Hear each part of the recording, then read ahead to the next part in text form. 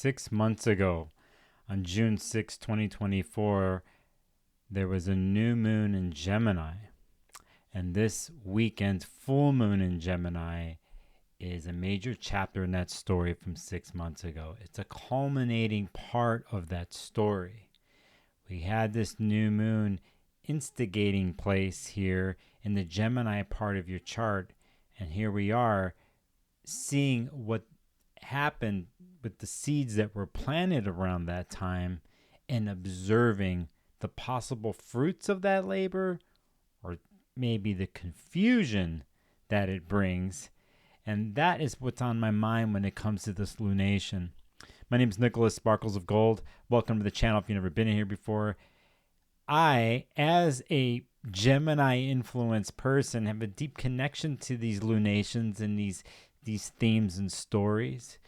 For those who aren't following the channel, or you are those who do follow astrology, know what we've been through here for almost 3 weeks now with the Mercury retrograde in Sagittarius, and how in its opposite sign in Gemini, the planet Jupiter has been there since the end of May.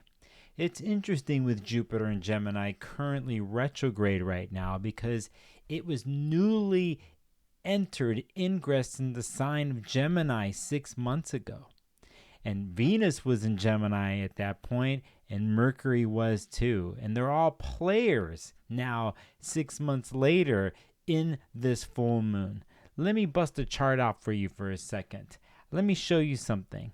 I want you to see here that this full moon happens at 23 degrees Sagittarius, and there's the sun's opposite the moon at the full moon. Here it is, 23 Gemini. Now, just to recap quickly, we always look to the ruler, the planet that rules the lunation. In this case, it's Mercury, because Mercury rules Gemini, and we know Mercury's been in Sagittarius here for the last more than a couple weeks now. It's been retrograde for 2.5 weeks while I make this video, but it's actually on the day of this full moon that Mercury itself will stop its backwards motion, the appearance of moving backwards in the sky, and stop its retrograde motion. Just for data purposes, that happens at 12:56 p.m., but this full moon actually happens earlier at 4:01 a.m. Pacific time here on December 15th, Sunday. So there's an interesting space here that happens, moving up to this full moon, waxing towards this lunation, and then Mercury pretty much stopping its backwards motion.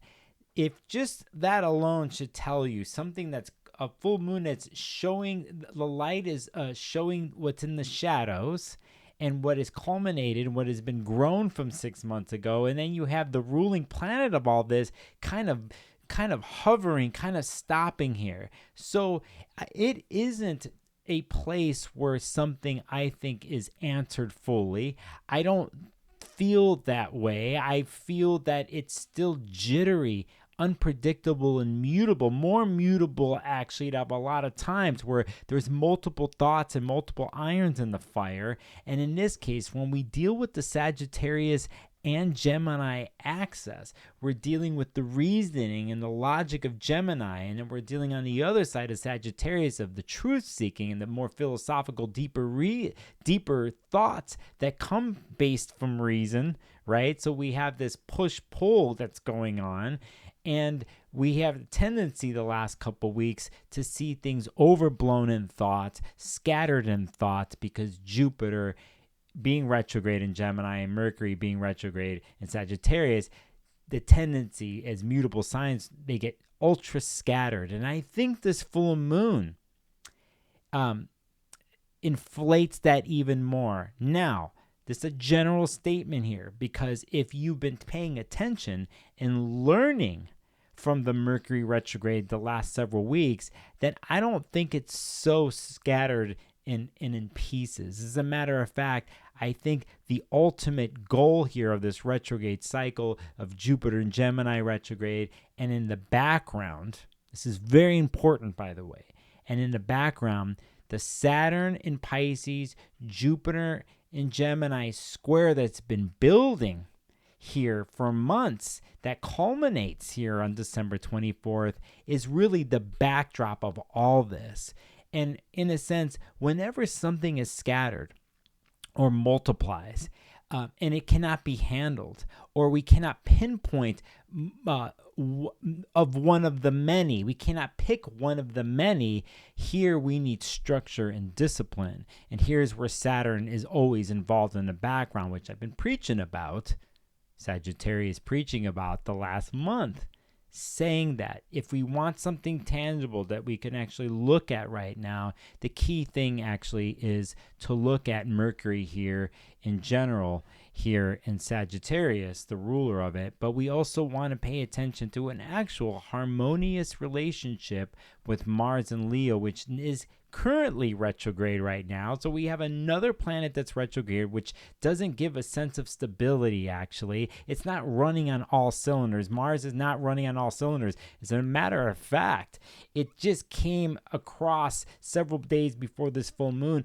with a caustic, combative nature with Venus and Aquarius on the other end. They've been opposing each other here. So Mars is kind of funky and frustrated and a little irritable.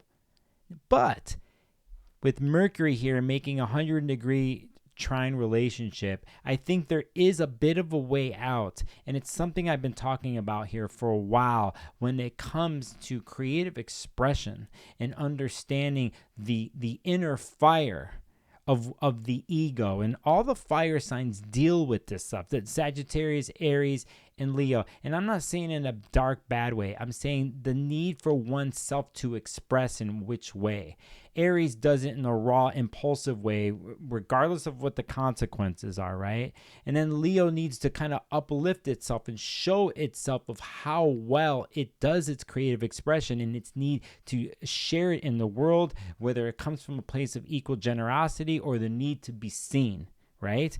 And Sagittarius fire sign takes all that story and puts a more higher truth philosophical twist on it all, the bigger reasons why, the bigger truth that's involved. And so in a sense, we're always looking for inspiration, right? Or there's an enterprising feeling to Sagittarius. And I think here with Mercury stage stopping here for this full moon and the ruler of the full moon, that in a sense, ignites the Mars and Leo, and there's something to be said here and expressed. Now, it doesn't mean it's the end-all expression and the end-all truth. And that's what I'm really trying to get into your heads right now. I think this needs to play out here, and I think some of the lessons from the last couple of weeks and what this full moon is illuminating, the reasoning part of ourselves, and then the more philosophical part and how we merge those two, I think they will play out all for the next couple of weeks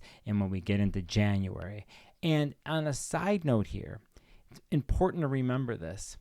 In the first week of February, that is when Jupiter in Gemini will stop its retrograde motion and move forward. And I feel that a lot that's been pondered here and expressed, or the knowledge seeking in the last couple of weeks since the new moon in Sag and Mercury going retrograde, and I think, yes, it's been scattered all over the place and careless with no boundaries at times. I think February, the first week of February, when Jupiter moves forward, I think we get to really see the pinpointed truth that we've been looking for in the Sagittarius and Gemini parts of our chart then. But now it's a pondering place still. And I wouldn't make any decisions this weekend or in the next couple of days after this full moon, because I still need to see where all the pieces lie. I still need to see all these truths that I've acquired. Are they truthful or not? And what makes sense to my own truth, right? To my own philosophy, ethics, and code. And it's really easy when Mercury is in the mutable sign and Jupiter is trying to push the game, and you have a Mars in Leo that's trying to push its will out there, but it's not working correctly because it's retrograde. So what do you do in situations like that? And I think one cannot force the issue. It's interesting with full moons because a lot of times they're exposing something and you're possibly seeing the fruits of labor that happened, let's say 6 months ago, right? but it doesn't mean that those fruits of labor are decision-making places or something that needs to be done now. It's more, I think, of really stepping truly out in the Sagittarius way and using the Gemini adeptness, the concepts, the curiosity, to stay in this curious mode and coming with the Sagittarius wonder, even when things are tough or even when things are culminating on a full moon. So we want to be aware, but we don't want to override our minds, right? I think there's a sweet spot there. And I think that is the way Gemini and Sagittarius, being opposite signs, can kind of find a sweet spot in general, right? And I'm kind of preaching that for this full moon. There's other stuff I could say to this when we deal with concepts and meaning, Gemini, Sagittarius. But be careful of the exaggeration of it all, really. And I get that Sagittarius like to do this, and Geminis can definitely twist the word. You know what I mean? They're really good tricksters. If you somehow are involved in situations where you have to decide, or you're in the middle of this contemplative or pondering or quick mutable place, just know that it will change again, so try not to invest everything into that concept or that decision-making place, and keep a wider view at the same time. Saying that, I want to show you something here before I go, and it's going to be, I'm going to pull up the new moon chart as a bonus here, and this is June 6th. Here's the new moon. You see here that it happened at 16 degrees Gemini, and you could see here that Mercury was at 6 degrees Gemini along with newly ingressed Jupiter, and you could see Venus there, right? And it was connecting with fire. Mars was in Aries, so on and so forth. You could also see Saturn was squaring all of this at 18 degrees, squaring the sun and moon, and pretty much squaring the mutable Gemini stuff. Pay attention here. Pluto at that time was going retrograde there at 1 degree, right? And we are really going to pay attention to Mercury at 6 degrees.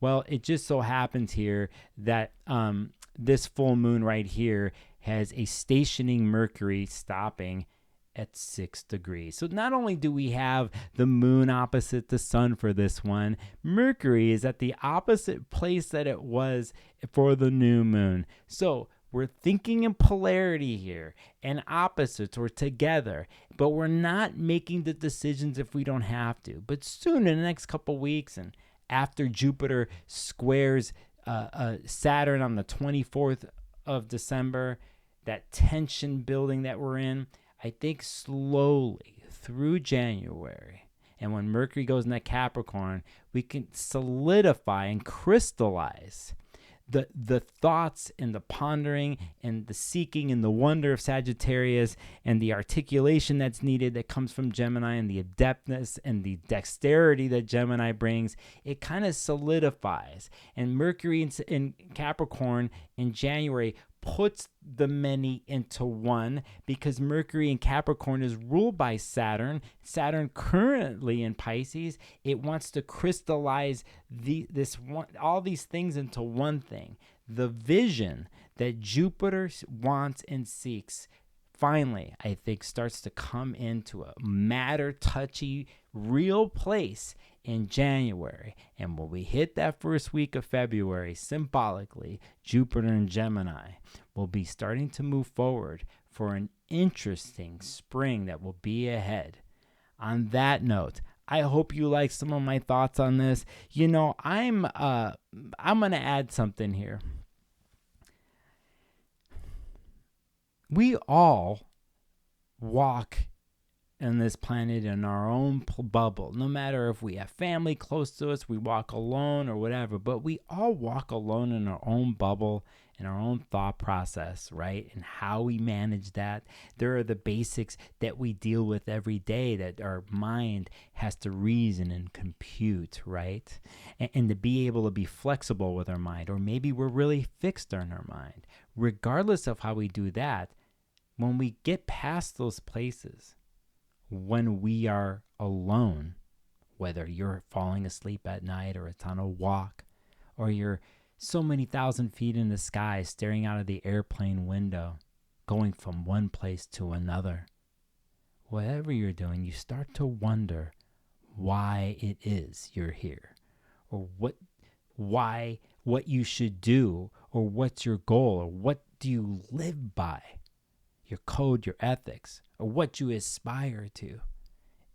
It's innate in all of us as human beings to do this.